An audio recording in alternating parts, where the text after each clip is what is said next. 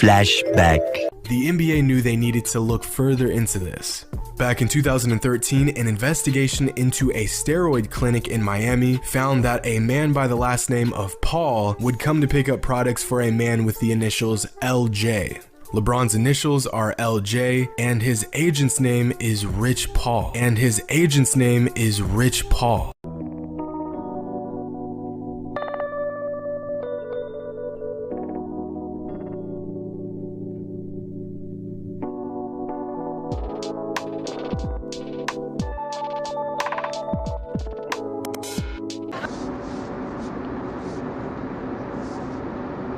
Hey, wait a minute, I could ask a question. So that dog water video from 8 years ago explaining how LeBron's the GOAT is full of lies, but you don't delete it. But the video about the alleged PEDs, which is extremely truthful, you delete that one? I'm not sure I should despise you or feel bad. Did the Clutch Mafia pull up in the black SUVs? Are you okay, Jimmy? But even in his 10th finals appearance, LeBron is just as dominant as ever, putting up numbers that even Anthony Davis can't quite keep up with. In fact, two narratives that are circulating at the moment are that Anthony Davis is playing outstanding defense in comparison to LeBron, and that Anthony Davis is carrying the Lakers down the stretch. Both of these narratives being painfully incorrect. LeBron not only has a higher defensive rating than Anthony Davis in the finals. This is bad. The biggest NBA channel is a casual. A higher defensive rating is not a good thing. Lower means better. And you know you can fill the Staples Center with what you don't know. Here's a chart. In fact, here's a chart. I like charts. Charts are good. He loved his work. What's wrong with that? There's nothing wrong with that, but that's all he did. He loved solving problems. He loved coming up with the answers. But he thought that the answers were the answer for everything. All science, no philosophy. In fact, this season, LeBron is one of just 14 players who is attempting at least 5.5 threes a game and shooting at least 40% from long range, essentially making the 6'9", 250-pound power forward one of the league's most valuable three-point shooters. But LeBron is also one of just 5 players to attempt at least 8 shots a game from within 5 feet of the basket while shooting at least 65% from that distance, making him one of the best interior scorers in the league as well. These two ends of the scoring spectrum do not mix. Players are either in one category or they're in the other, but LeBron has found a way to sneak into both. Now, here are those same 13 three-point shooters and where they land on a graph of league-wide three-point shooting. And here are those 4 other interior scorers who land on a graph of interior scoring. And here is where they don't mix. Players who can shoot threes can't really score inside, and players who can score inside can't shoot worth a lick. And then there's LeBron, literally the only player in the league who can do both at an elite clip, as the oldest player in the NBA. But again, this might be surprising if we haven't come to expect this from LeBron. Man, what the fuck is you talking about? What the fuck was that? I'm sorry, man. I wasn't thinking about it. Players who can shoot threes can't really score inside, and players who can score inside can't shoot worth a lick. Y'all know how Jimmy usually does his graphs, right? For shock value, he'll pause and then zoom all the way to the top. This is not one of those situations. No way that any real basketball fan would believe that. Can't shoot worth a lick? And vice versa? I understand this guy is a huge LeBron fan. And I also understand that LeBron did go crazy from beyond the arc that season. But to say that these other guys can't shoot a lick? Y'all do realize he's saying this about guys that are shooting like 37 through 39% from 3. You might as well say you're done with the 2020s.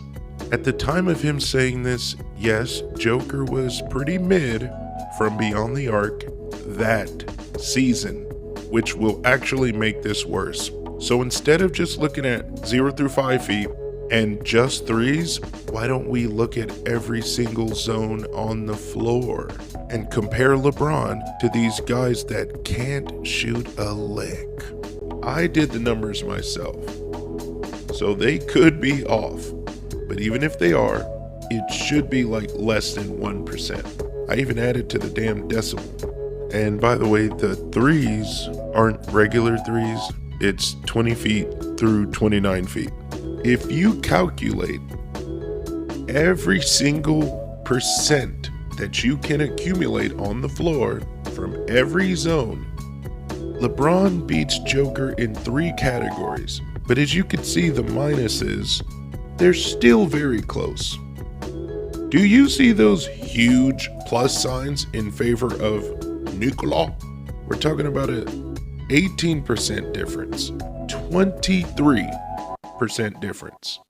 If you compare every single zone, Joker wins by 37%. Now let's look at Sabonis. As you can see, he was 4th most attempts, and he was mentioned in Jimmy's graph. But of course, Jimmy does not mention this at all. So Sabonis beats LeBron by a total of 24.4%. I'm not perfect, so I probably did mess up. But give or take, I stand by this. Embiid is way up there. He was 15th in most field goal attempts within 5 feet. As you could see, absolutely blows LeBron out of the water by 31.1%. Oh my God! Cat does kind of prove Jimmy's point. They're tied in 3-point percentage basically, but LeBron whoops his ass within 5 feet. But that's my point. LeBron is killing Cat within 5 feet of the basket, but Cat overall throughout the entire floor, Cat still wins by 13%. Now these next names are just random. Just a random name from the files. A test. SGA is basically minus 11% from close and deep. Yet he still manages to clear LeBron by 30%. Look how close it is. Marksman is less than 3% from each of those close range beyond the arc. Yet he's saying LeBron is the only guy to be elite at these 2 categories? Just to further prove the point, to add context. Because Jimmy seems allergic or impervious to telling the full story.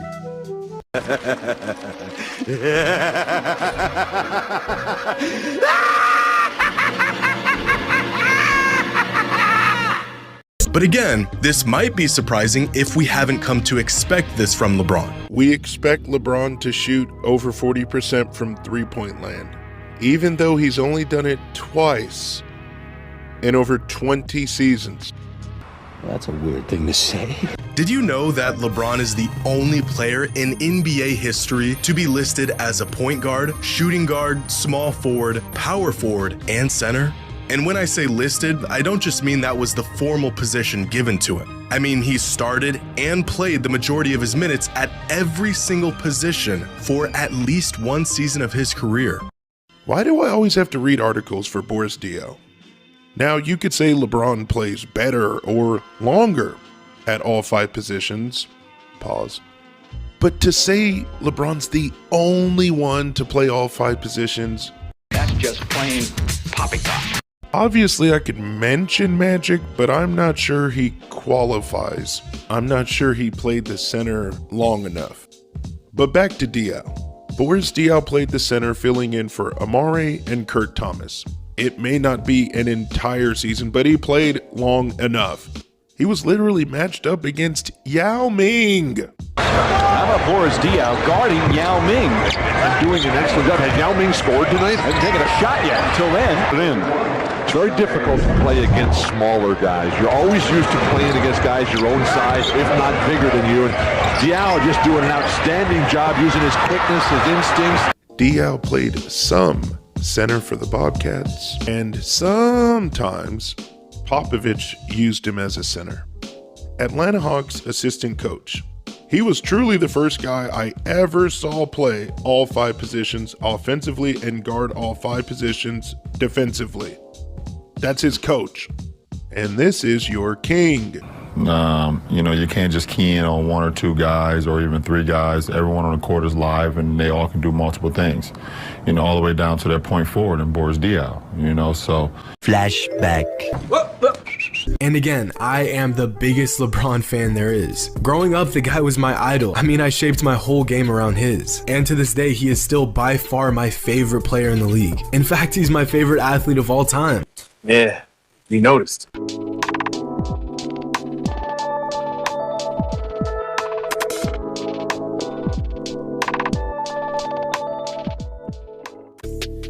I like charts. Charts are good.